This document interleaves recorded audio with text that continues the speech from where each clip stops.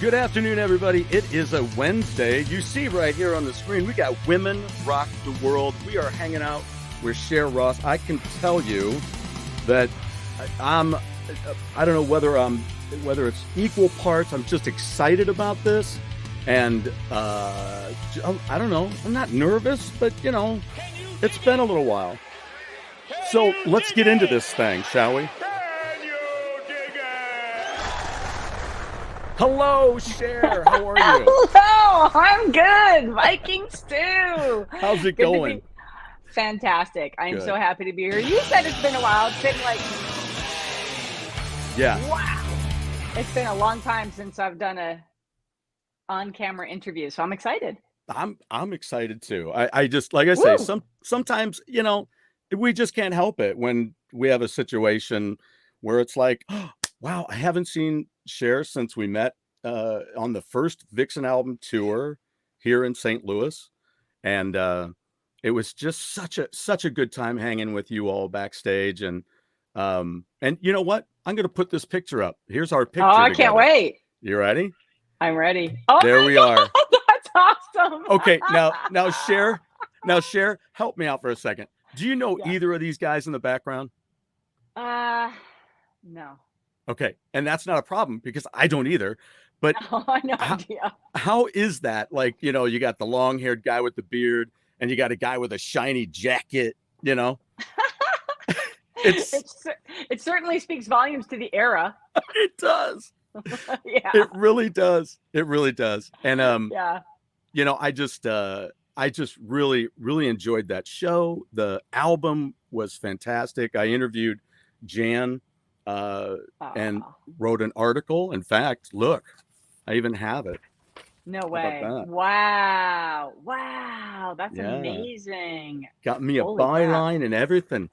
Love it. But that was really neat. That was a great time for me and a great time for music with everybody then and meeting up with a lot of people. Really, that's what it was about for me back then. How did you feel about that, meeting people, and were you shy about that or? You know what? It was a great time for us as well. I want to say that first. As far as meeting people, I don't think that, I think it kind of took us by surprise. I mean, obviously I'm just going to speak for myself, but initially it was kind of like, wow, okay, this is really happening, you know, and it was that ride, you know, it's like you're riding the wave. You got to ride, hopefully you stay on top of the crest as long as you can. Yes. And that was definitely part of it. You know, was meeting people was part of the gig and making people feel heard. And I think as a band collectively, and still to this day, we've always felt like the fans are what get you there.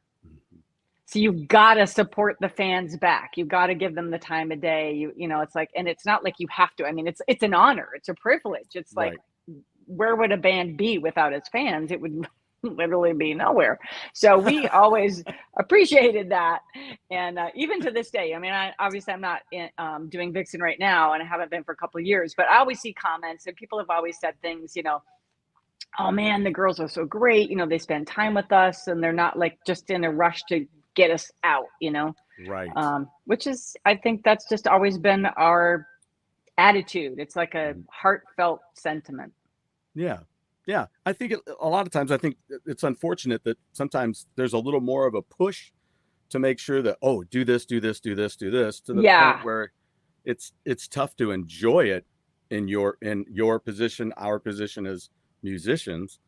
It's, you know, obviously you've done more than I have. I'm a local guy, but still there are times at gigs where, you know, people want to talk, and sometimes those people are drunk or whatever, you know. Yeah, you have to have a little bit of a boundary going on. I mean, you know, you can't hang out with one person for an hour or something, you know, after the show, and you're like, I actually have to get to my hotel and get to sleep now, you know, like. Which reminds me, we try to have fun. At the end of that evening, I was talking with your tour manager, I guess. Baco. What was it? His nickname was Baco. His name was Robert Bach, but we all called him Baco. Baco. So he set me up with a few bucks, and I went down the road and got y'all some Steak and Shake and brought it. No way. Oh my God. Thank you. That's so cool that you did that. You fed us, man. We were always like, we're so hungry. When is dinner? We were women who like food. I still do. I'm not one of those people like, oh, I'm gonna eat that little tiny. No. I'm hungry. I need to eat food. You know, it's a tough thing now too, especially at the end of gigs when you're, especially if you're playing late gigs. Yeah. And then nobody's open. Nope. Nothing is open. Nothing is open. Yeah, that's a big part of playing a gig these days. Is you got to plan like, okay, how are we gonna get the food if we're not gonna be able to eat it until 1 a.m? That's it. So logistics. That's it. That's it. I have to set something up or cook something ahead or whatever. By the time I get home from some gigs, you know, you get home at 2:30 in the morning and you're like, whoosh, what am I going to eat? You know, I know, whether I should or not. Yeah. Good problem to have though, right? I mean, seriously, good problem. That is it. And it's fun to have something ready and waiting. You know, you're like, come on, fast loadout. Let's go. I want to for real. I got something waiting for me. I do have a few questions. You know, like I said earlier, I don't like to drag people through their history too much. So I just kind of have a few little points. But let me tell you this: the first thing I do is I do a lightning round with most all of my guests. There's maybe once or twice I didn't do it. So these are quick little questions. I love it. And what is your favorite, or I try to make it a little easy if it's tough to do one, or your top 3 music-centric movies? Oh, music-centric. Okay. Yes. First one would be High Fidelity, starring John Cusack and Jack Black. Speaking of my record collection, right? There you go. Perfect. I always love that film. I know some musicians will hate me for this, but I still absolutely love Spinal Tap. Oh, why would they hate you for that? I know, because some people, I think it's too close to home for some people. Well, if you can't laugh at yourself, then, you know, there's the door. Yes. And then I would say my third one, actually have like BAM, my husband and I got a poster, which I won't be able to show you right now. We have it like all nice and everything. The Ruddles. I love the Ruddles. Absolutely love it. And I thought that how, for anybody who's unfamiliar, it was based on like Eric Idle did it with George Harrison, I believe. Not George isn't in the movie or anything, but he like kind of helped. Yeah, he was like a producer. Yeah. And the songs they write are so funny. All we need is cash. I mean, it was great. It was so awesome. We actually have the vinyl to that, and we still play it to this day, because it's just you can't be in a bad mood and listen to the Ruddles album. No, absolutely not, because it's hard to be that way if you're listening to the Beatles, and then when you put a comedic edge on it, you're like, it's just so well done. And I'm a huge fan of like Eric Idle and all the Monty Python stuff, so it was easy segue into that. So yeah. Now, speaking of which, did you watch Monty Python when you were growing up? You and I are both from the Midwest. I'm still here in the Midwest, but did you watch that when you were younger? Good question. I think I discovered it. I'm not really sure exactly when, but probably more like as a teenager, I want to say. That's about when I hit it. Like it would have been on PBS. It was on PBS. Okay. Yeah. And I think I got into it a lot more like later on in life, and then it was like going back through all of it. Yeah. It's funny. Yeah. And now it's completely different, because we can have the whole box set on DVD, and so easy. Yeah, it's so easy. Just you know, put it in front of our kids all the time and drive them nuts. Yeah. All right, let's see. What's our next question? What was your first piece of recorded music? Like, I say it that way because did you get it as a gift? Did you buy it? My first one was Kiss Alive. My brother gave it to me. Oh, okay. So like the first like vinyl or whatever that I owned. Okay, well, this is comedy time, because it's not Kiss, it's not Led Zeppelin, it's not anything like that. Wait a minute. Maybe this is when we guess. It's a musical film. Oh, I'm going to give you a good hint here, actually. Okay. This movie was written by Oh man, it's gonna give it away really fast. Okay, so this movie was written by the guy who did the James Bond films. Oh. And his kid wanted a movie for kids. Oh yeah, it's hold on. It's I've got it on Laserdisc. Oh.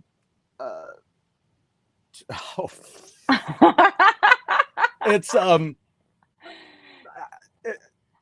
why can't I say I'm having one of those days, Cher? Yeah. Just tell me.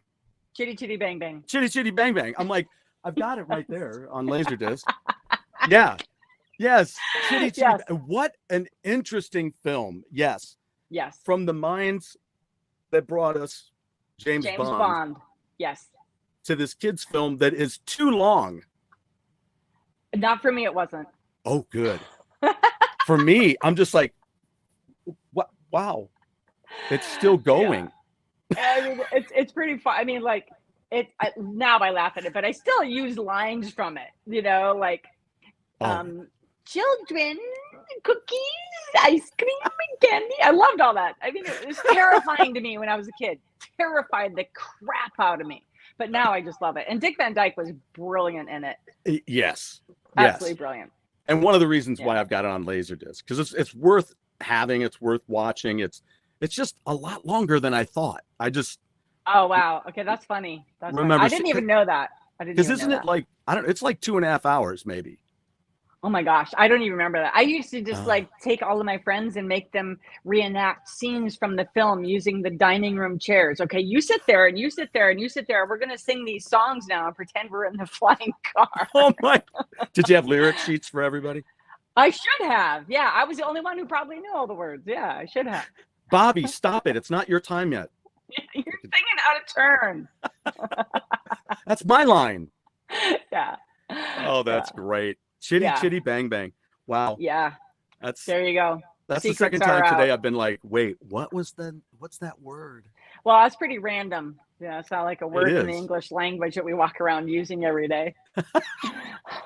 You're right. You're right. Maybe I'd have come up with Chim Chimmery better. I don't know. Okay. That British accent. You got to love that one. That's it. That was great. All right. Our next question is, what is it that people do these days that really makes you scratch your head and wonder? What is it that people do? Musically speaking? Oh no, just anything. Just anything. Okay. I'll give you one of mine. When you're in the store and somebody just walks through listening to their music on their phone, which these aren't speakers, they're listening devices, but they're in no way, shape, or form a Bose speaker. Yeah. So it's like listening to the Gnats, playing your favorite songs, or maybe playing one of your least favorite songs. That's funny. In the store while there's music on a better speaker playing at the same time. Right. Okay, I get you. I guess the thing that always like drives me crazy is when I see people out to dinner and they're both on their damn phone. That makes me mental.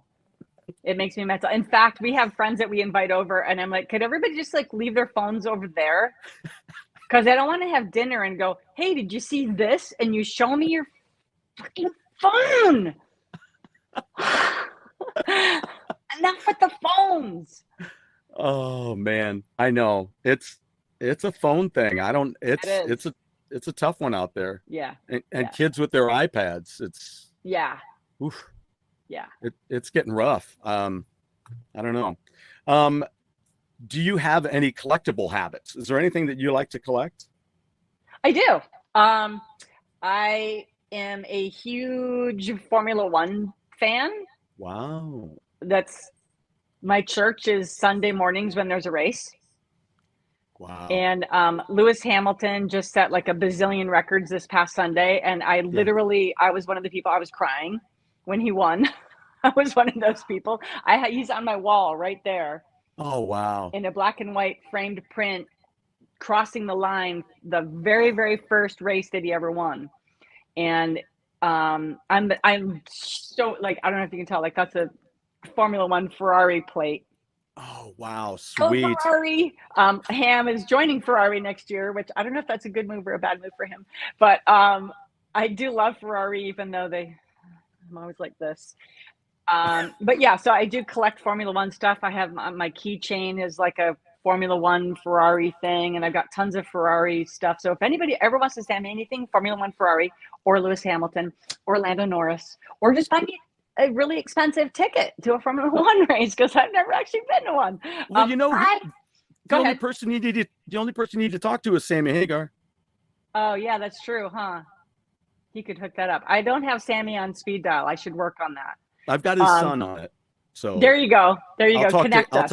I'll talk to him about it. Yeah, that's totally like a bucket list, as to actually get to one of the races. And then everybody's like, yeah, but you're in Florida. Why don't you go to Miami? It's actually cheaper for us to fly to England and go to the Silverstone race than it is to buy tickets to the Miami race. That's crazy. It's insane. It's absolutely insane. But why don't we add that to the list of things that make you scratch your head? It does make me scratch my head. It's like, you want me to pay what? No.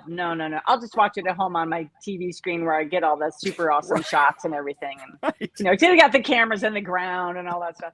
But that's one of the things I collect. I also collect sort of more like the vintagey Star Wars stuff. I'm not one of those people where I have a ton of it or at all, like not even remotely. But I'm always shocked when, I don't know, I'll say something like, it's not a question, there is no try, or, what is it? No, I've blown it. There is no try, only do. Only do or not do. And they, like people look at me like, what are you even talking? I'm like, oh, you don't know Star Wars. That's basic. But of course, these days, you don't want to know Star Wars, but I don't watch any of the new ones. I'm going to admit that. I did see a bunch of them up to a point, and then I kind of got done. But that was like Bam and me. We had this tradition because we always lived in a place where it was just us, right? We didn't have any family. So what do you do on Christmas? We would go to the latest Star Wars film. Wow. And that was like our annual thing. But then that had to stop because they stopped making them. So now I'm waiting for good ones. Yeah, I know. I didn't even go to the last one. I did. Yeah, there was a lot of people that did. I did. And I don't blame you. I don't blame you for going. I couldn't do it. Yeah, no, I hear you. But I mean, those are kind of my two main things. And then, of course, if you came to my house, you'd say, well, you forgot to say that you kind of collect guitars. You have a lot of guitars. for a bass player and a drummer, like, we have a lot of guitars. We also have 2 pianos, about 3 drum kits, and a lot of basses. But what do you want? Wow. Like, do you have a grand and then a upright piano, or? No, actually, it's kind of weird. Like, I was trained as a piano player. My mom was a musician, piano player, all around entertainer, phenomenal musician. Wow. And so she taught me to play piano when I was really young. And then of course, by the time I was about 8 or 9, I was like, wait, all the people in posters play guitars and things. I want to play something else. So that's why I ended up playing bass. Okay. So I wanted to be on the poster. And sorry, Mom. But when she passed, I inherited her piano. Oh, and then so we had the piano in Los Angeles. Okay. And then we decided, we need to move. Let's buy a house, blah, blah, blah. And so we couldn't buy a house in LA because we didn't have, millions of dollars. So we moved to Florida and bought a house that came with a piano. Oh, wow. What? I know, right? And usually when that happens, the piano is like janky and really. This is a great piano. Wow. This is a 1930s piano that sounds like very rock and roll. Wow. So it's always on our records now. Oh my goodness. This piano is amazing. Wow. Yeah, we inherited an upright from my in-laws, so it's upstairs. Oh, cool. Yeah. I've been messing with it a little bit, but we're in the midst of some remodeling right now. So I retire from my full-time job this time next year. I'll be retired from it. Oh, wow. Yeah. Congrats. But God knows what I'll be doing. I'll be on tour with you, Cher. That's what I'm going to do. I've often said, now that I got the time, I'll just start touring with people and helping out on the road. Why not? There you go. I told Sam about that. I'm like, why don't I just go over to Japan with you this month and help out on the crew? I'll just do that. That's cool. That's cool. Actually, you know what? I have a funny thing going back to Sammy Hagar for 1 second. Yes, please. So I have had issues with dumb decisions in my life. And one of my dumb decisions was after Vixen broke up. Yeah. I had a phone call from somebody in Sammy Hagar's camp. Okay. And they said, Sammy would really like for you to come in and, consider being the bass player for him. Yeah. And I was like, no, I'm going to do my own thing. I'm not interested in that. And now I'm like, that was really stupid. I should have gone and hung out with him because he's supposed to be such a great guy. So Sammy, if you ever hear about this, that was a dumb decision from Cher. So that ixnays my next question in the lightning round. No, I'm just kidding. What's personally the dumbest thing you've ever done? No. That's probably not even the dumbest, but yeah. So are you into, would you say you're into classic? Last question is classic movies or classic television? What era defines classic? That would be I have to clarify that. Just anything from anything that was from your child. Like I wasn't alive when The Outer Limits came out, but when I was, just prior to into a teenager, I was watching Outer Limits on Sunday afternoons with a fried bologna sandwich. So okay. Yeah. Okay. Classic TV. Whatever's nostalgic to you. Yeah. Yeah. Probably classic, but I don't really watch any of that stuff anymore. I don't know. I do have movies that I go back to over and over again, but I don't even know if they're not really that classic now. I mean, like Fifth Element is not like black and white or anything. No, but that is classic, oddly enough. It's classic. So probably more the movies then, because I don't really rewatch old TV stuff. Yeah. I recently picked up Bewitched. So recently? Like you didn't watch it before? No. I used to watch it. Okay. But then I went to the library and they weed things out. And so then I looked down on their cart on which they sell books and CDs, DVDs, and there's seasons 1 through 8 of Bewitched, 50 cents a piece. Wow, that's fun. That's crazy. Fun. And there was another great theme song. Oh yes. Yeah, really good. Oh yes. Talk about women who rock. Sheesh. Yeah, that was really good. Elizabeth Montgomery. Absolutely. Yep. Absolutely. Just good stuff. Yeah, totally. So let's get rolling into some of the music stuff then. Now, I love all female bands. There's a lot of them that I like. I hate to put it like that, but But you just did. I did. Then let's retract that bullshit. And I'm messing with you, dude. It's fine. I'm gonna retract. It's just one of those things. It's like one of those things where you're like, how do I say this? What do I say? How do I say this? Because then it sounds contradictory to what I'm trying to say, because it's just a band with women in it. And I love a lot of those. Thunder Mother, Vixen, Crucified Barbara, Burning Witches. I love Heart. It's just a lot of these bands. So a lot of times it really would irk me when I'd hear stories or hear interviews where they're like, yeah, this is what we heard back in the day. And of course the whatever it is, and with some of the bands that started out like Runaways, Girls' School, to, like I say, Heart and others. So what were there some of the, BS moments that you dealt with when you guys were getting rolling with Vixen? Oh, hell yeah. Okay. That's a really long list. I'll just go through some of the basic ones. Yeah. There was just a lot of BS, basically. I mean, that era was the unwritten rule. Mm-hmm. Every record label could only have one female fronted band on their record label. Really? They'll never cop to that, but that's how it was.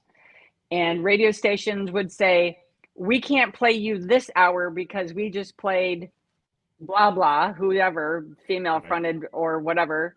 So no, we can't play you. We only play one female rock voice per hour, which makes no sense. No, I mean, it was ridiculous, whatever. But that was pretty prevalent. And then, you know, the BS of just even getting a record deal. We heard, you know, if they wear lingerie, we'll sign them. If they play more pop music, we'll sign them. Chicks should not play hard rock music. This is unacceptable. Nobody's ever going to like this. We heard a lot, like, if they look a lot sexier, we'll sign them. And we were always like, whatever.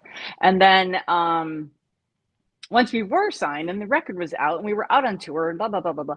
Every tour would kind of start the same. And which would be the band and the road crew would stand at the side of the stage to see if we really could play or if we were going to fall on our asses. And then that first, we used to start to kind of mess with them, and we had fun with that. So at sound check, after the first couple tours, we realized, you know, this is going to carry on over and over and over, right? So after once we get to like okay, we're starting off a new tour now, so we get to that first sound check, and we start to just play really bad, really out of tune, out of time, just horrible. And you could see like everybody going, "See, I told you, they suck." You know, so you see $5 bills being exchanged. Oh, totally. Yeah, it was hilarious.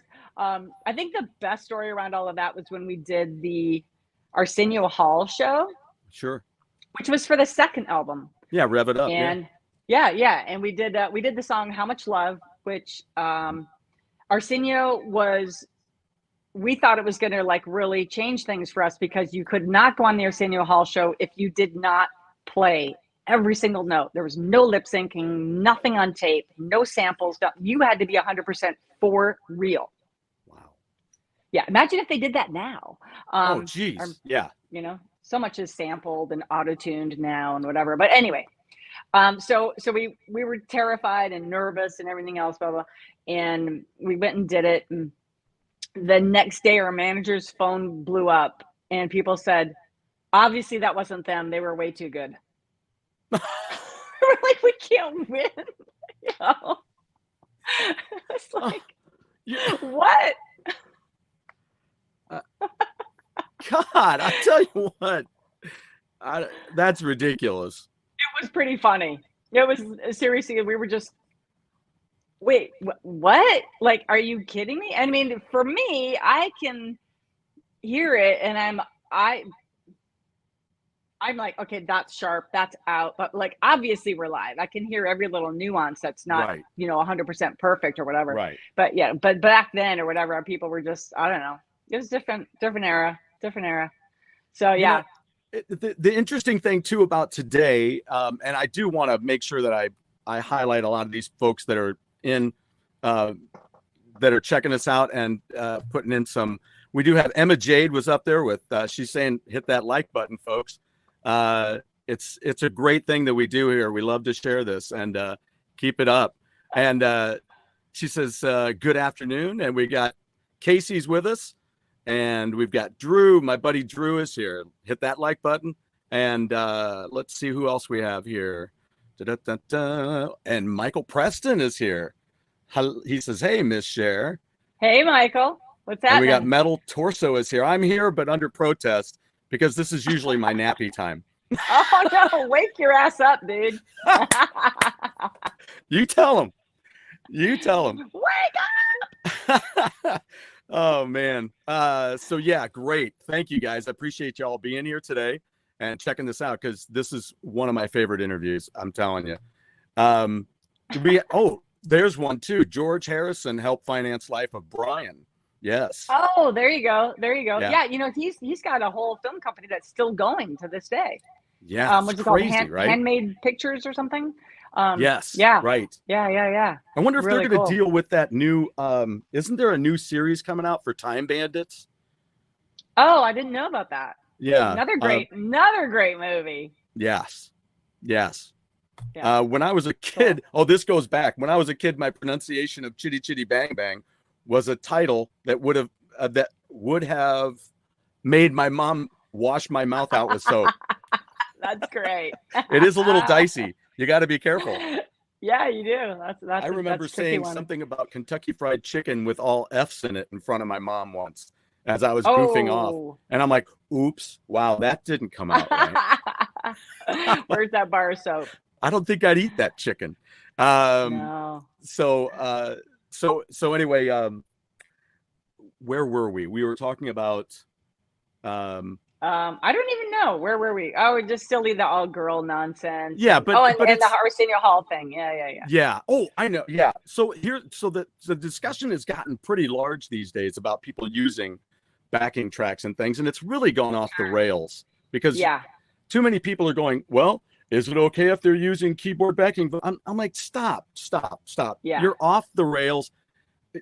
It's got nothing to do with that. It's got everything to do with, are you playing the bass or singing that I'm watching you do that? Yeah. You know, Nikki Sixx, are you playing that bass? Are you singing those songs, Vince, or anybody else? Yeah. You know, that's really what it is. Too many people are getting too hung up on, well, there were keyboards and I didn't see a keyboardist. Well, you know, even then, back when Van Halen was on tour, you didn't always see Fitz. Yeah. You know? Yeah, for sure. And I mean, there's been a lot of great bands that had to bring in, you know, keyboard samples for whatever. I agree. That's not the bigger deal. The bigger deal is, are you even singing? Right. Why are you just standing there pretending to sing? That's not real. But which is but now, you know, now they have so many auto tuners, so you can just plug that hardware in and sing pretty off key, and you are perfectly in tune.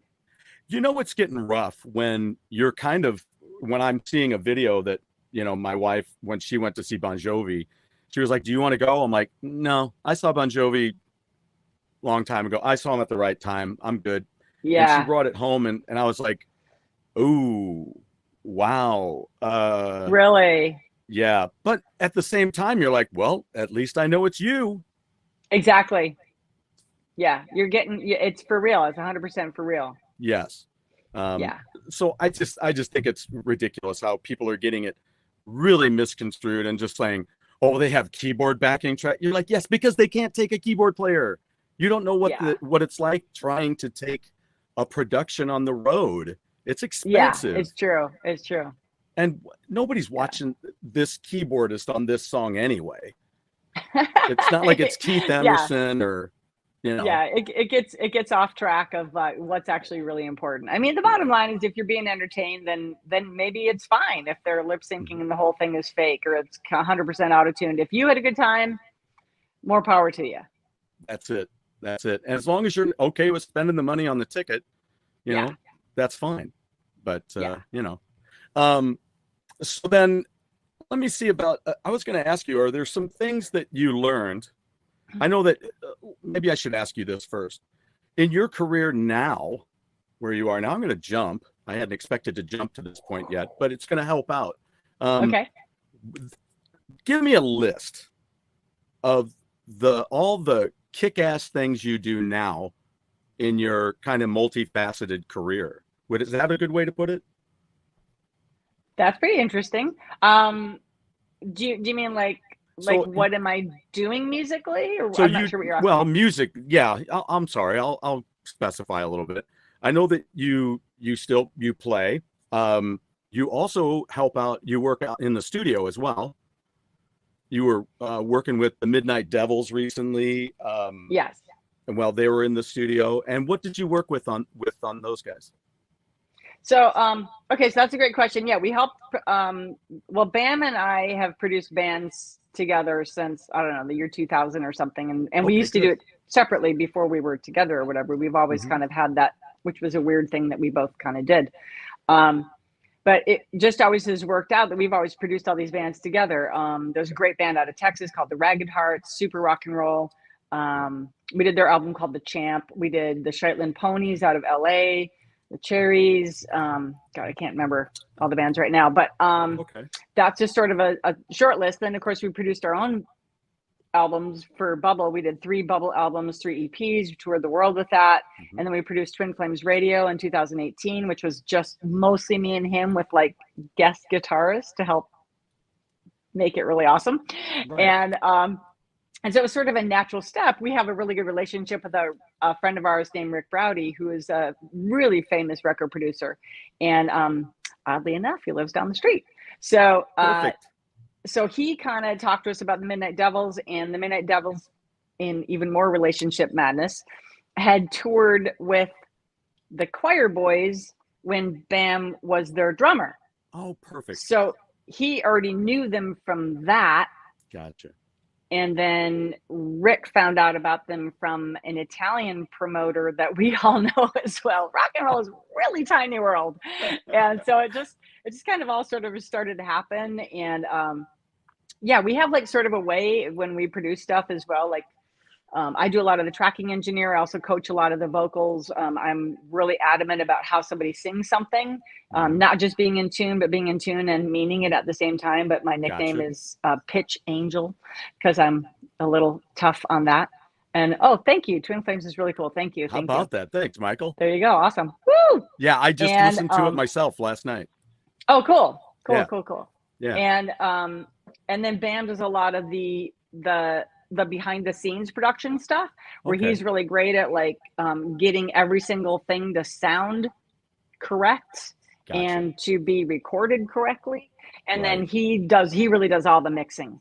I don't have the patience for that at all. I'm just like, he'll be like, oh, I don't even know, parallel compressing and side chaining. And I'm like, blah, I'm out of here, you know? I don't care. Like I'll walk in sometimes at 3 a.m. He's watching videos on all that kind of stuff. And I just don't have we all have our thing that we're really good at.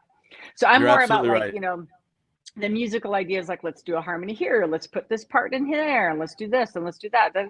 And then, so other things are, just, I'm obviously, I left Vixen a couple of years ago. I just couldn't maintain the schedule anymore. Gotcha. And, but I'm still the bass player for Joe Elliott with Def Leppard. He's just so busy right now. So I don't know if we'll ever do another record. Yes. I can't wait to talk to you about that.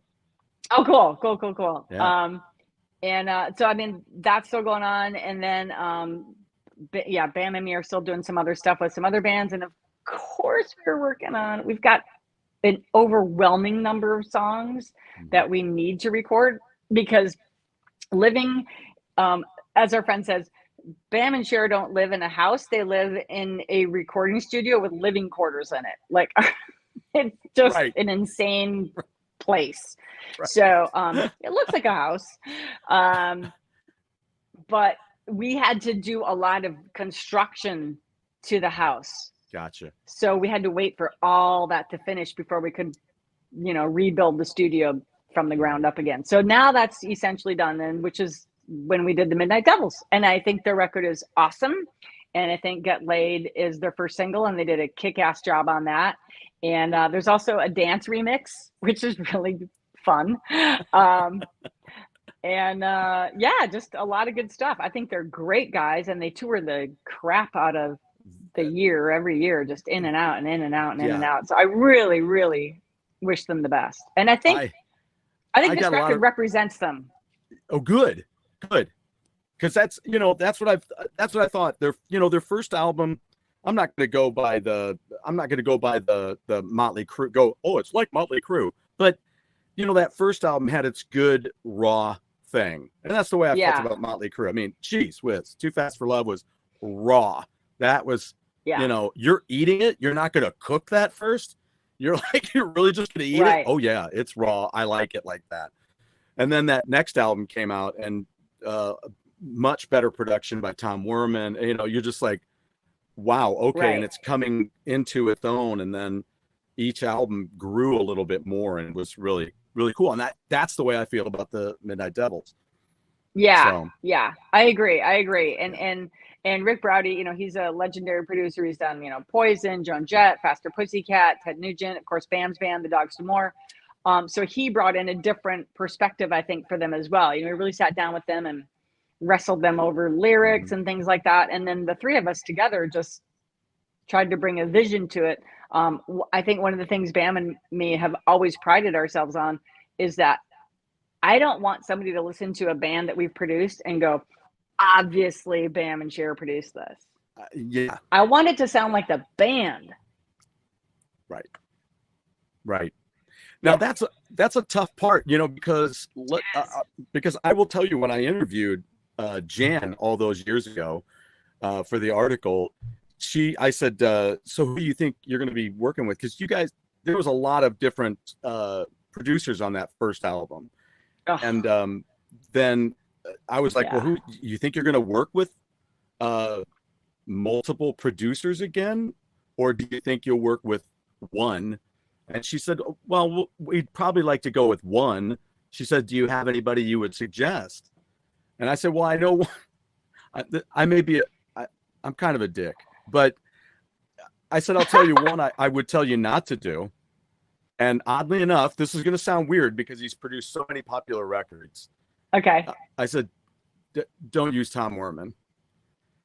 So, because I've just never, I've got too many records back here where the band didn't do their best work with him. You're right. Because I don't feel like he pushed the band.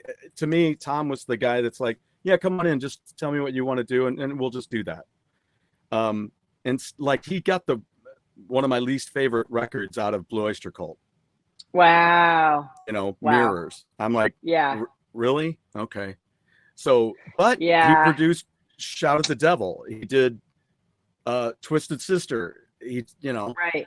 So there's tons of record, and he produced with Ted Nugent. But as I've always historically said, anybody who works with Ted Nugent is going to get what Ted Nugent wants.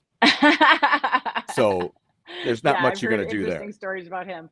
I mean, you know, producers are just like, it still comes down to, you know, every producer is a person. And so how much of an agenda is that person going to push?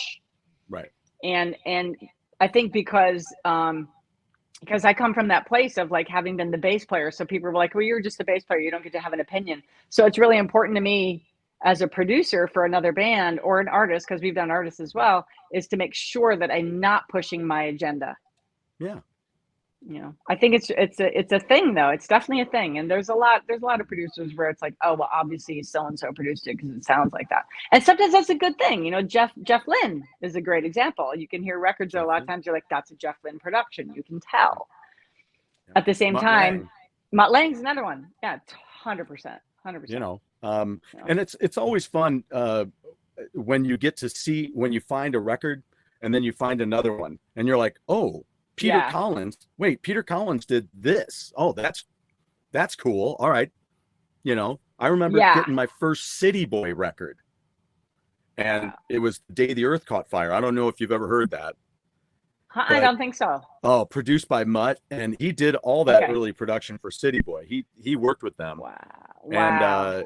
And it was just, it was, as soon as I saw his name on it and saw the artwork on the cover and looked at the back cover, I'm like, I'm in. I'm gonna buy it. Wow. I don't even need to hear it, and it's a beautiful record. City Boy, Day the Earth. I gotta check that out. That's cool. Please do. It's really amazing. So it's always neat with producers. That's one of my favorite things to check out, because you're like, wow, they worked on that.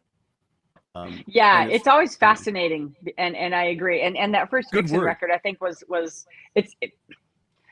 for whatever reason, we sold a lot of records, which is kind of amazing because it was all over the place production wise. And again, that was because like people just kind of didn't really want to risk their careers on us. Yeah. Okay. Nobody really wanted to commit to doing the whole album because it was like, well, I don't know, an all-female rock band, this thing might tank. And then, you know, from a producer's point of view, they're only as good as their last hit record. That's right. So if they would have produced our whole album and we tanked, then they would go down with us. So I think that was definitely part of the problem. Yeah, that's really sad when that happens. You're just like, guys, I just had a bad just one. It was just one. Yeah. We all have bad days. Can we just get back on the horse here, please? Yeah, for sure. I did want to check in on John Clark Burns. Hey, did you all forget about Billy Preston? The Beatles and the Stones couldn't have done what they done on some songs without Billy T. Oh, absolutely. Oh, and totally. Says, hello, there's Nicky Hopkins and Rabbit and all those guys who played a lot for Rabbit, the Stones, and a lot of those guys play with the Dogs D'Amour as well. Yes. And You know, John there's says Ian Cindy. McLagan, all of those Oh guys were yeah, phenomenal. yes. But the only reason I say that story about like being a kid was because like I had, and they might have been referencing more like, you know, who's on stage or whatever. Correct.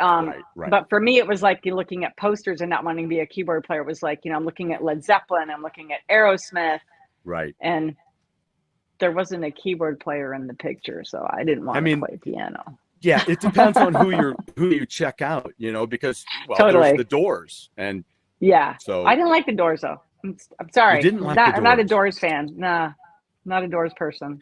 I was I don't know. I didn't go out and buy all the records. I had Soft Parade and Morrison Hotel, right, and you know, and Waiting for the Sun. Eventually, you know, there were things on those that I liked. Yeah. But it was kind of the same with Jimi Hendrix. I didn't just go out and buy all Jimmy's stuff either, because there was some stuff as a non-guitar player I just didn't understand. Right. It, right, you know? right. But and also John says Cindy says hi. Oh, hi Cindy. Hi Clarky. I know who that is. How do how do we like Vixen's new singer? I haven't heard her yet. I haven't heard her in person, but the footage that I saw, she's phenomenal. She's great. Okay, I think it's a really, really, really good fit. Really That's good. good. Yeah, I was kind of unaware that Lorraine had stepped out, and I just found that out about, I don't know, a couple of weeks ago. Of course, it hasn't been that long, but no, it wasn't that long. Yeah, but so yeah, I think I don't feel like whoops. Yeah. No, I think it sounds really good, and I mean, I think the band sounds really good right now. And also John says Shatner over Star Wars any day. I'm not going there. Yeah, right. Welcome to I'm Not Touching That. Why don't we just talk about David Lee Roth and Sammy Hagar? Why don't we do that? Oh, no, I'm not touching that one either. Nope. Apples and oranges. We're not doing totally. it. Not doing it. Steve Bello. Hey, how's it going? I'm not a Doors fan either. Now I don't feel so alone. we're in the club. That's what we're doing here. We're building a boat. Yeah, it's like one of those bands who's like, I appreciate their history. Correct. I appreciate what they contributed. Absolutely. If they come on the radio, I'm sorry. I'm going to turn it off. Okay. I'm going to go to another channel. It's just not my thing.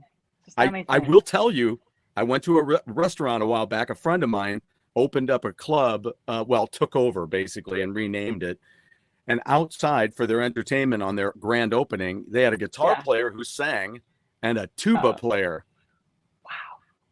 And all of a sudden I hear, we're inside hanging out, our friends, and we're kind of having a little double date there. And all of a sudden I hear the tuba going, boop, boop, boop, boop, boop, boop, boop, boop, boop, boop. Oh, no way. Are you freaking kidding me? That's amazing. A tuba dude and a guitar player are playing the Doors. That's pretty cool, though. It was totally cool. That. Totally cool. Like oh, how do you think we'd feel maybe if Ray Manzarek played tuba? Could be interesting. we might be fans. Who knows? There you go. So just real quick, what's one of your favorite things, so we'll move into something I got to make sure we watch our time too. So you know what? You're good. I'm going to skip that because you're good. Stu, you're good. Okay. Because then real quickly, then what's your favorite thing that endures with you still in your heart about Vixen? Your experience with that? About the Vixen experience, probably a couple of things. I mean, one is just sort of the basic thing of like remembering how much work we used to go through just to rehearse, because every day we had to wheel all of the equipment out of the little storage locker. And this was after everybody's day jobs. We'd all drive about, 30 minutes to an hour. Oh, Jan didn't drive, so somebody always had to pick her up. So we had to pick up Jan. We all take turns on that. And then go to the rehearsal studio, go unlock the locker, take everything out. Everybody haul the amps on top of the crates. And everybody helped Roxy set up the drums. And, it was just like there was no roadies, of course. We're just another unknown band. Right. And we did that, I don't know, 3, 4, 5 times a week. And you finish the rehearsal, you got to pack it all back up and put it all back in the storage locker. And then drive the 30 minutes, 45, whatever hour home and go back to your day job the next day. So remembering that is just really cool, because it made the success later so wonderful. And of course, we all have that with every band. If you've ever been in a band, you've struggled with rehearsal studios, and everybody knows what I'm talking about. And that was certainly not my first band. It was probably my 50th band, and same with Roxy and Janet, So, it's that, but that process, but it was very cooperative. And I always felt like that was a really big thing with our band. We were very cooperative with each other. It wasn't like, okay, well, you are that person, so you just get to go hang out over there and be a diva, and the rest of us do everything. No. This was a very cooperative situation, and I always thought that was really cool. That's awesome. Yeah, I've always had and no matter what band it is, that's what I strive to do. Of course, I'm always, I don't leave until everybody's ready to go. Right. And of course that has its issues too. It does, yeah. You got a lollygagger, you're like, I want to go. Yeah, let's get out of here. And if you want to get hired back in this bar, we better get the hell out of here. Yeah, for real. Otherwise, the boss is going to go, how was the band? Well, yeah, they didn't get loaded out until 3. Yeah, that's not cool. Yeah. Yeah, it gets nutty. But I mean, in terms of like really great experience with the band, like later on would be probably that first really big European tour where we opened up for the Scorpions. And I've probably said that in a lot of interviews, but it still holds up. I mean, it was just really magical. That was our first time playing 2 arenas, and it was mind blowing, Wow. And it was something to sort of step into or lean into, so to speak. Yeah. It's that thing that you always dream about, but then when you get there, you got to own it. You can't just stay in your little spot, you got to work that big old stage. Yeah. Yeah. Because that's when it's that friendly competition where you're not only do I have to try, I have to do my best, I have to have a show, but also I'm the ramp up to these guys' favorite band. Yes. If I don't show it, don't give it, then what the hell am I here to do? Yeah, 100%. Because every night they're there to see this other band, and you're the warm-up act. And we'd walk on, and you'd get all the, a bunch of chicks, what is this crap, And then usually by about the 3rd or 4th song, they were right there. Yeah. Now this is going to sound we'd win weird. them over. This is going to sound weird, but let's all just cohesively give Scorpions a big old hug for that, because I'll tell you what, think about their career. Until you just said this about Scorpions, I had never thought about it until just now. Those guys really, along with many other bands, they're not the only ones, they really need to be applauded for doing that, for just taking great bands out. Because when I first saw them, they had Girl School on the tour with Iron Maiden. And then you guys, they had you guys. And then now, most recently, I applauded them many times on this show for taking Thunder Mother out. That's so cool. That's so cool. I'm just like, yes. Yes. And they were really awesome to us as well. They were really, really welcoming and just very supportive. Very, very supportive. It was really cool. That is great. I've loved that band for years. Taken by Force is still one of my all-time favorite albums of theirs. Nice. Such a good album. Okay, so real quick, what I really want to find out about is I wanted to find out about Contraband.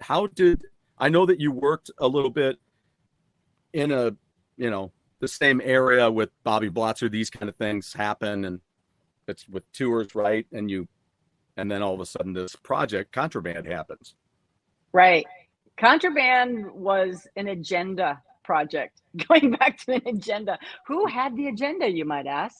The agenda was held by all of the members of Contraband were in bands that were managed by the same manager. Okay. He wanted to launch a record label. And Contraband was the debut album on his record label. So it was kind of a strange way for him. That was his agenda. So he was like, I'm going to launch a superstar band on my record label. So I'm going to take a member from every band that I manage and put them together. And I'm sorry, there's not more mystery around it, but that's what it was. No. Yeah. I mean, that's just the way it goes sometimes. I mean, you know, it is just that. That's all it is. And, and back then we were instructed to absolutely not say that. You know, it was I don't know what we were. I know. Oh, we were hanging out and we started jamming. Blah blah blah. Bullshit. We were not. Come on. You're right. It's like we were there because Alan was like, oh la la la la. You know, we were like Bobby and me got paid because we wouldn't play a note in the studio till a runner showed up at the studio with our checks. Oh wow! So I think there's one guy who never got paid. Really? Mm-hmm. Wow. Yeah. Rock and roll, man. That's you gotta know how to play the cards. Don't do it for the money, kids. Don't do it for the money. Yeah. You know. So then let's jump ahead because let's get into this huge, crazy, awesome thing called the Down and Outs. Okay. Because I have lots of things about this. Okay. So. Am I nervous? Lots of things. You should not be nervous at all. Okay. You know what? Wait, though, I do want to say though, last night I also listened to Denny Freeman's 97 album, Atone for My Sins, which was awesome. You went deep. I love that record. That was great. Cool. Yeah, like, he was amazing. He was amazing. You know, rest in peace, Denny. He played for Bob Dylan for years as well. Wow. Yeah. Wow. Yeah, it took me right back to the 80s, those kind of the early mid 80s where you had Stevie Ray Vaughan coming and you had Robert Cray. We play a song by Mason Ruffner. We play in our band. We play Gypsy Blood. Great song. You know, so you had all these blues players coming up and just to hear those like Walter Trout and, you know, you hear some of the other guys and this album is great. Yeah. Yeah. And Denny he's a Texas blues guitar player. That's his roots. Yeah. He was one of the nicest guys ever. He was so nice. Wow. And I remember finding out, you know, that he'd landed the gig with Bob Dylan and I was like, yes. Because that was a guy that needed to be in the right situation. Yeah, he was with Dylan for years and years and years. Yeah. Wow. That's outstanding. Yeah. Yeah. It's pretty cool. It's kind of like Billy Sherwood coming up with World Trade and then moving his way into Yes and doing that kind of stuff. It's really right. You know? Yeah. Very cool guy. That was a fun record. Perfect fit. So that was a great one. So be sure and check out that album out. It's really, really good. But here we go. So I'm going to compliment you first, if you don't mind. Okay. I love compliments. Compliment away. Good. I said, I had to write some of these ideas down or else I'd just forget to say them. Okay. But I wanted to chat about you bringing what I'm calling a truly beautiful tone to Joe Elliott's Down and Outs band vocally, because I just really was paying attention to it again yesterday when I was going through some of that stuff again. And I'm like, oh my God, there she is. It's right there. And it really lent something cool along with your killer, with the killer high harmony stuff and yet still supplying that solid, rock solid bass lines and doing that. How was it to be recruited? How was it being recruited for that band? It was fun. It was pretty interesting. First of all, thank you so much. Yeah. That is amazing to hear. So thank you.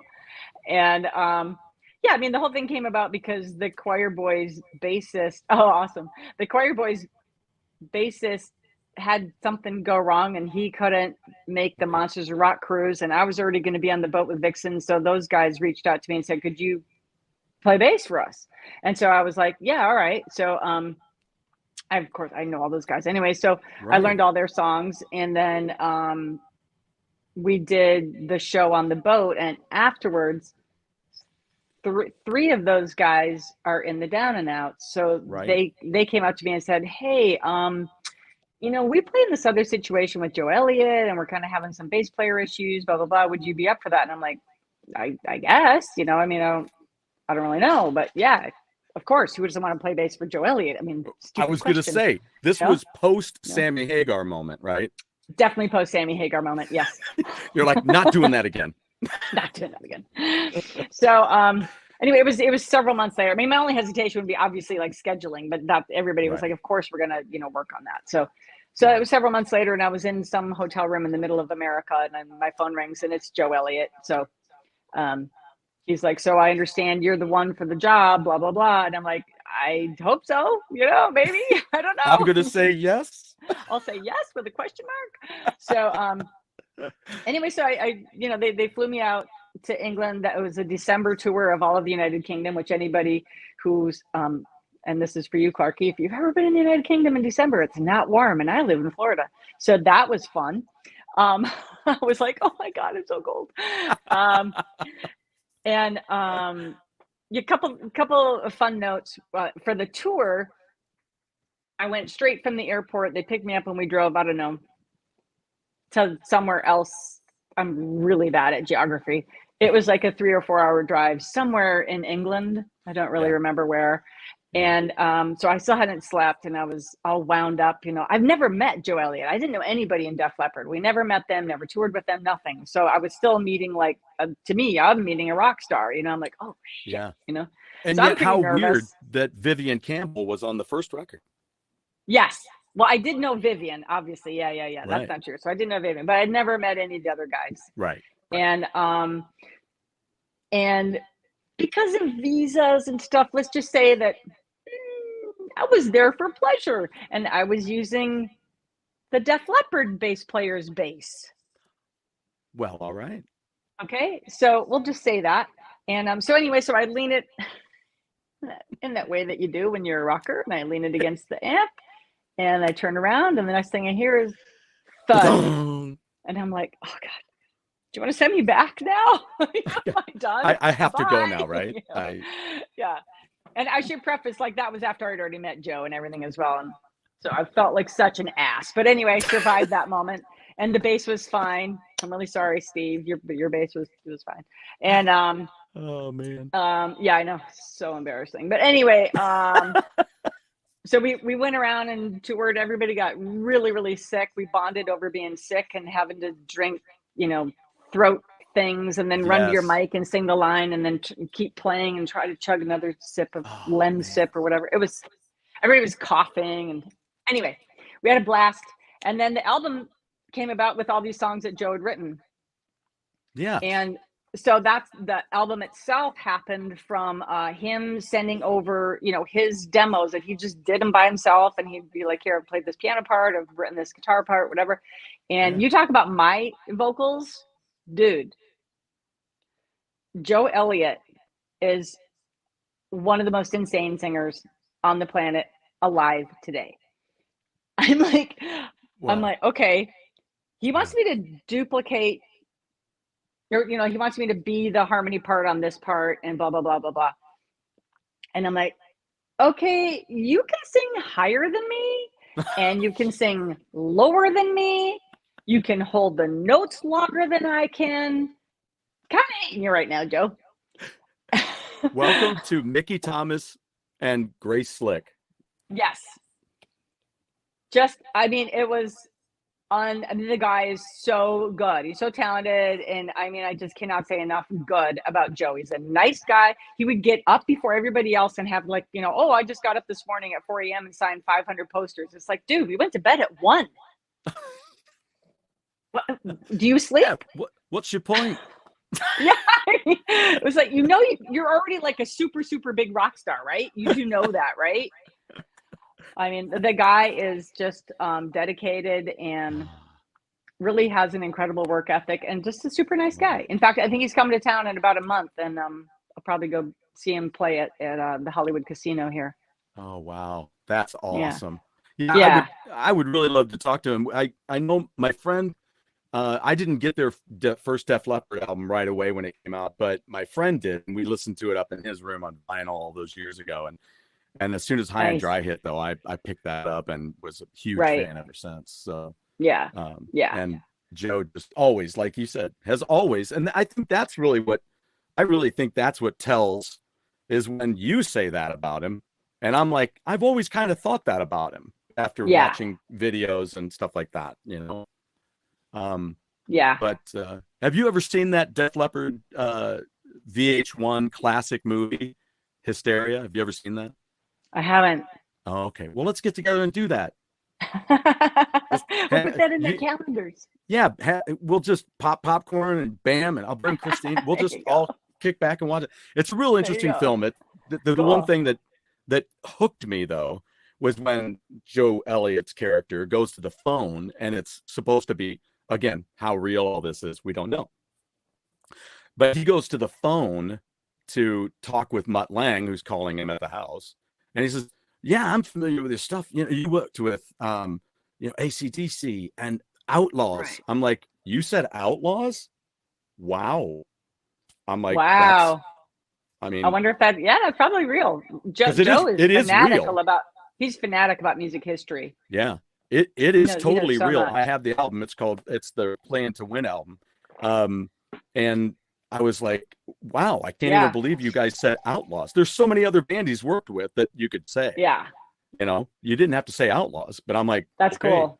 That's cool. So one thing I'd be interested to know at some point is if Joe's ever talked about that when he was starting out, and how he then, you know, in the movie they show how he's like, Mutt Lange's like pushing him to go a little further vocally, and he does that, which technique, it's about technique, learning technique. We didn't really talk about that per se. And to be honest, I can't even remember anything that he said about Mutt Lange. I have a horrible memory, so I don't remember. And when it's not my story to tell, I kind of just like let it go into the shoot, it's gone. Absolutely.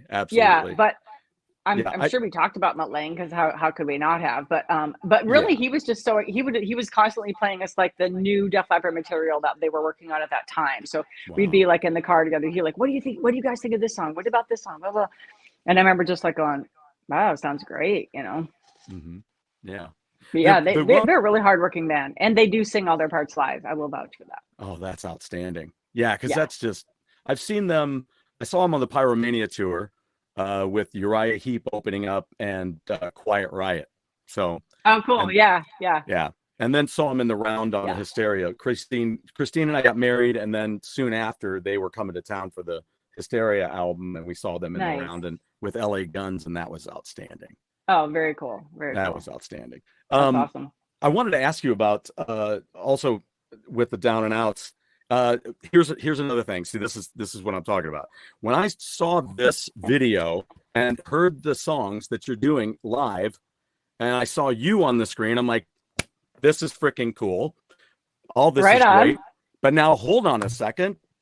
Are you playing British Lions right now? Yeah. That flipped me out. And I'm gonna go into my pictures, and I am gonna put this on the screen, because there. Nice. My buddy played that for me not long after it had come out. 79, 80, played that for me. I fell in love with the record, been in love with the record. Cher, do you have a copy of that record? I don't. No, I don't. Okay, you're going to have one. I'm going to get you one. That's awesome. I just bought it over the weekend. And I have I have a section of my vinyl about that thick, full of British Lions, that album. Right. I buy it whenever I find it, because I love to give it away, because it's that's so cool. worthwhile. That's so cool. One More Chance to Run, you guys play, and that was on my song list for a band for years, and now I play it in my band. That's awesome. I saw you guys. That's how Joe started the band. Because he was asked to do a tribute concert for Ian Hunter. Okay. And so he was like, okay, that'd be really cool, but because he's like he's probably Ian Hunter's biggest fan, like ever. I just bought Ian Hunter too. Oh yeah, the new one with Slash and everything. No, I bought his You're Never Alone with a Schizophrenic. It was Oh, at this okay. Yeah, record store, cool. and I was like, for $1. Yeah, you can't go wrong. Picked it up on vinyl. Because he's got a new one coming out now, sort of like the part 2 of the one he put out, whatever that was, like maybe a year ago or something, which I have on vinyl as well, which is amazing. Well, I'll have to check that out. Maybe I'll have to see about getting him on the show too. Yeah, I mean, Ian Hunter is just a legend. But that was how Joe formed the whole thing, was because he was asked to do that. And he was like, well, I need a band.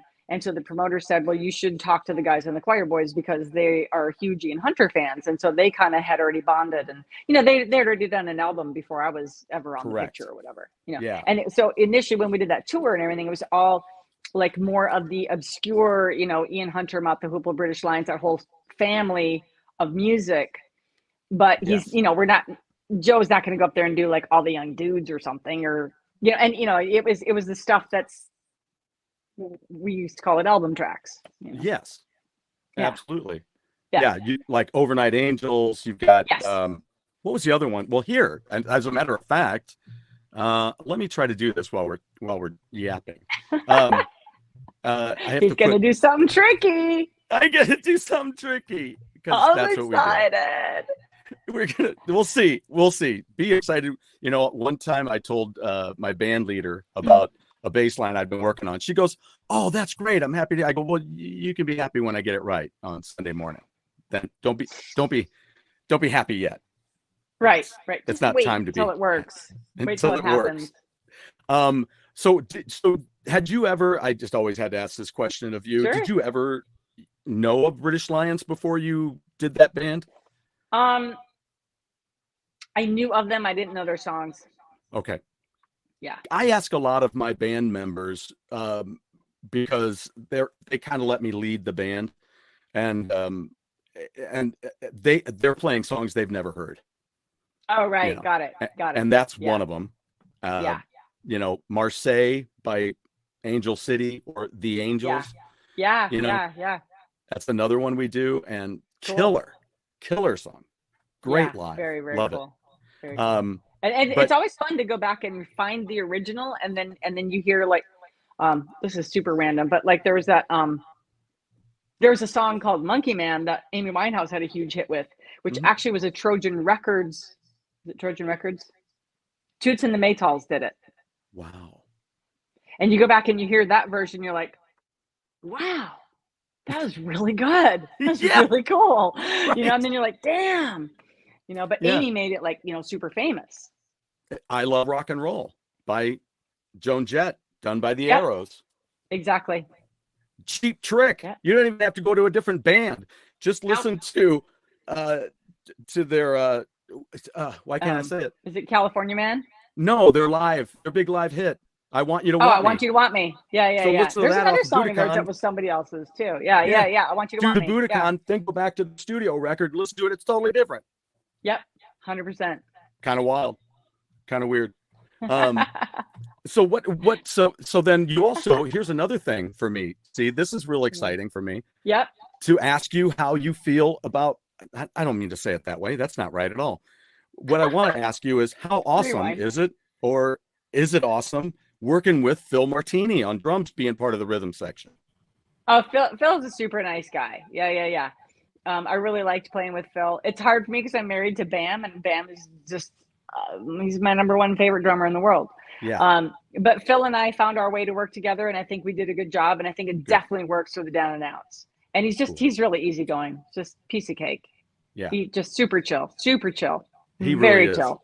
Yeah. He in really fact, he might have been the only band member who didn't get sick. I don't know what that means. He's too good looking to get sick. He's too thin.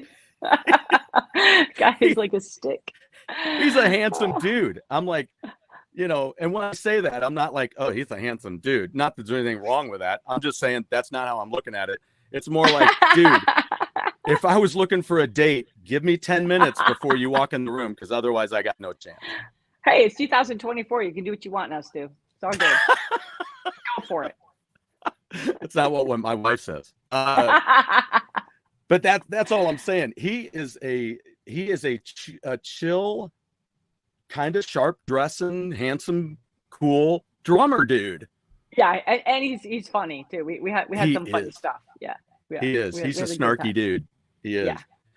He and I had an awkward moment. I went with, because I'm a huge Wayward Sons fan. Oh, got it.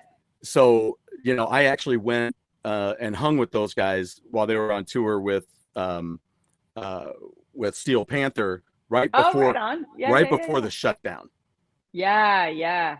So, and right towards the end, I gave Phil something that I thought was kind of snarky, kind of fun. He didn't get it at all.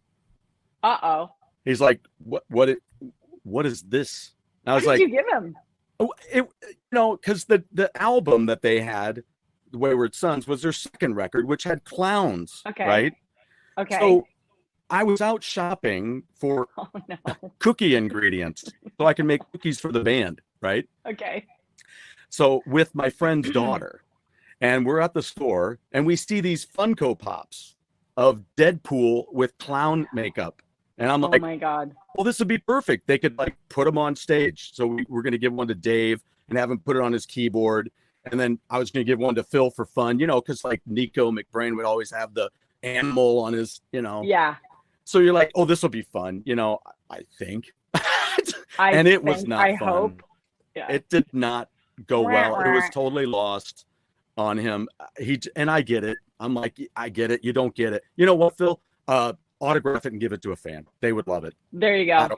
Good recovery. I'm sorry I didn't hit the mark. You just whatever. That's awesome though. So totally embarrassed. So that's funny. always been a big question of mine when it comes to anybody playing British Lions is, did you even know who that was? I didn't, and I'm totally ashamed to say that I didn't know, especially like being married to Bam and everything. Like, how did I not know this? But yeah, that it's like it just totally passed my radar somehow. Now, of course, now I know, duh. Yeah. But and now you're going to own it on vinyl, so that's great. Thanks to you. Thank you. Go. It's the least I can do. It's the least I can do. Oh, I always believe in doing the very least I can do anyway. So yeah. So so we'll have to do that now. Cool. Also, just lastly, I should let you get rolling here. But lastly, let's just talk about we're going to step away from this unless is there a way that you tie music into your musician attitude into what you do with real estate? Oh, wow. That's a great question. I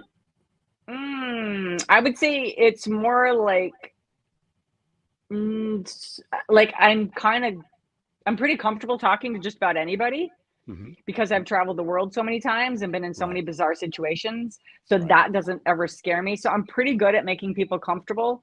Cool.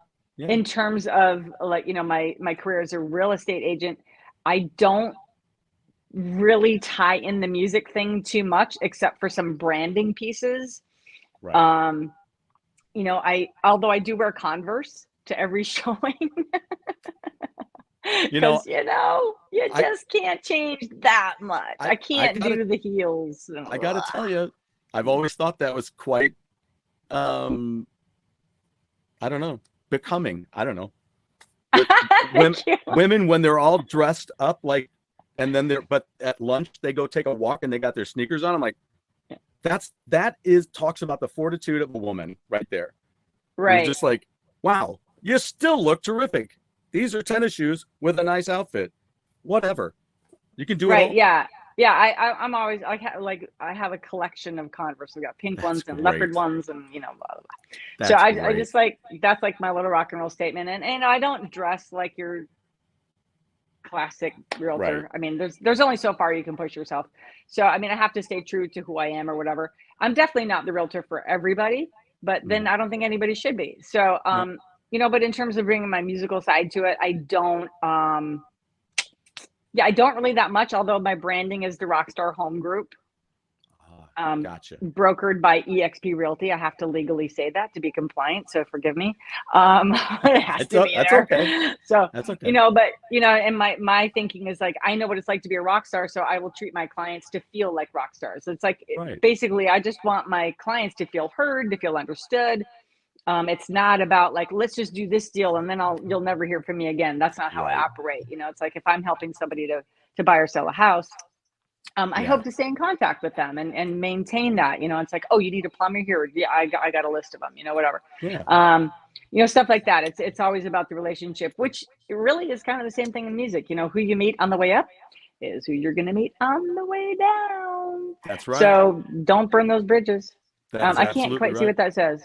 Somebody's talking about Star Wars. You're going back. You're going back to the Star Wars thing. Yes, I know. That's awesome. Some of these have been hanging, and I just thought, well, I'll put them out there so everybody can see them. Cool. Emma had to take off, and she said it was fun. She says thanks a lot for the time, and she'll see everybody next time. Emma. Too Late for Love is an absolutely amazing tune. Yes, going back to the Motley Crue thing. How about Twin Flames Radio? Fantastic, John says. Oh, cool. Thank you. That's actually Clarky. That's probably just his legal name on here. Yeah. Right. So yeah, we are working on a new, actually here's a question. So we have this stack of songs, right? Yeah. Like literally too many songs. And, because of the backlog of construction we had to do. So all this, you keep writing songs. Yeah. So the challenge is, do we record a bunch of them and put them on CD or vinyl or cassette or 8-track, or do we just ignore all of that and just do streaming only? Do people still you're not that big of a known name, whether we use Twin Flames Radio or Bubble, or we just call ourselves Bam and Cher, I don't know. Right. And then, one song might be leaning more towards that sort of classic rock and roll, Mott the Hoople, Faces place. And then another song is leaning more, I don't know, I can't think of something right now. Somewhere else. more metal or something, whatever. Yeah. Do you not care anymore? Should we just stream it and not be precious about it? Should we press it? I would love to know what do people think about that? I was just talking to somebody else about this whole situation with I think it was Mike Floros. And we were just talking about, because I was asking about the new Love in Chains album that he's putting together. And he's in another band called Steel City as well. And we were just talking about that. And I said, I just love physical. I'm that guy. I like the physical. When Wayward Sons were coming out and when they were released, I said, it's tough for me to help you over here in the States when I can't get anything physical. And I get it. I'm not here to say Frontiers is doing their job wrong. That's not what I'm trying to say. All I'm saying is I can't get physical. And their stuff had a comic book cover. It had the whole thing was visual. And I'm like, and the music was outstanding. And I'm like, if I can put this in their hands and go, look at this. This is a band that means it. They're putting it together and Frontiers is distributing it. And I had a friend of mine here in St. Louis. She got it on the radio. And and it was great. However, not everybody's going to work that way. And if you're just sending digital out to everybody on the radio, they're like, whatever, here's another one, Yeah. I think it's worse than just, I think it's worse with the digital than it is for them getting a stack of CDs and they go, great, here's another stack of CDs. But at least if they can see something, it grabs them and they're like, oh, okay. Well, that's true. Cool. Okay. All right. So, I appreciate that. I mean, I do still have a stack of probably 500 Twin Flames Radio vinyl albums. So if anybody wants one, you know where they are. Sitting in my closet right there. Okay. All right. You got it. Yeah. I'd love to have that. And Midnight Devils are doing it, and I know. Yeah. I thought that was really, really cool. They put out the freaking cassette too. I saw that. It's classic. Like that's outstanding. And, they're, like I say, they're doing it. They're really, I think when it comes down to that cycle of the music industry, I've often said we musicians need to be the industry of music. We do. Just fuck all that. Excuse my language, but yeah. Well, the forget all music that. industry would tell us that rock and roll is dead and there is no place for it anyway. So Yep. We have to be the industry. I mean, and we even have like, Gene okay, Simmons. So let me think.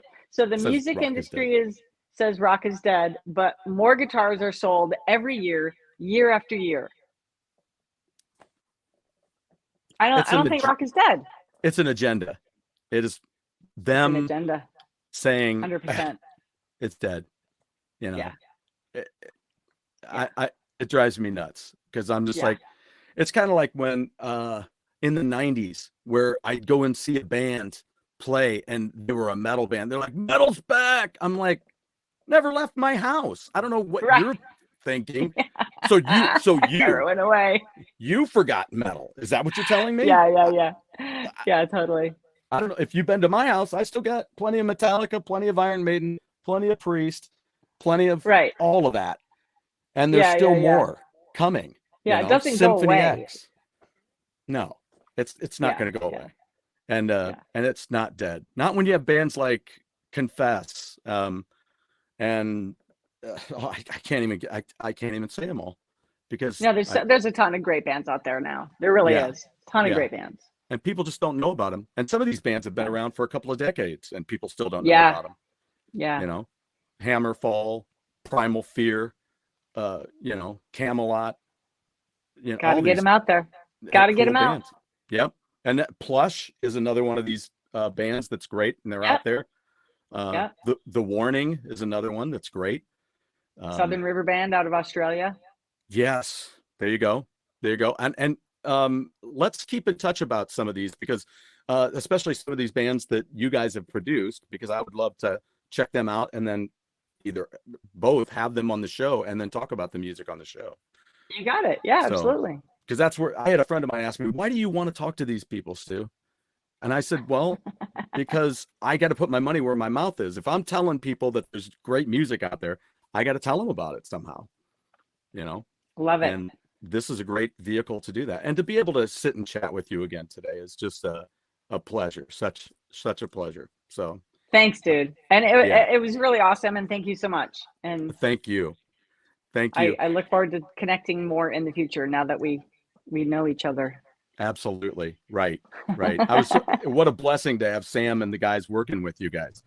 I know, that was so fun. And for anybody who doesn't know that whole story, so Sam and the Midnight Devils were at our house recording their album, and Sam's walking around our pool doing a video interview with Stu, and I was recording somebody. I don't know. I'm always a tracking engineer, so it's probably tracking Sniper, maybe. Yeah, you were doing. Yeah, Sniper was doing some solo stuff. Yeah, and then he's like, "Hang on, she just finished tracking," and then throws the laptop in front of me or something. I don't remember. I was like, "You did? Hello? What?" You did, and you're like, "Hey," and he had shown you the photo earlier. That's right. Yeah. Yes. He goes, "I'm going to show her this right now." Yeah. I'm like, fantastic. Yeah, fantastic. That's why I have them. Awesome. So I'll also get you a copy of this article too, so you can check that out from all the way back. That'd be cool. So, yeah. Love it. Yeah. So then if you have just a second, we'll exit out of here. I'll talk to you backstage real quick here, and just hang tight. I got a track that'll play. Thank you, Cher. I will say that one more time. Is there anything you'd like to say to the fans before we get going?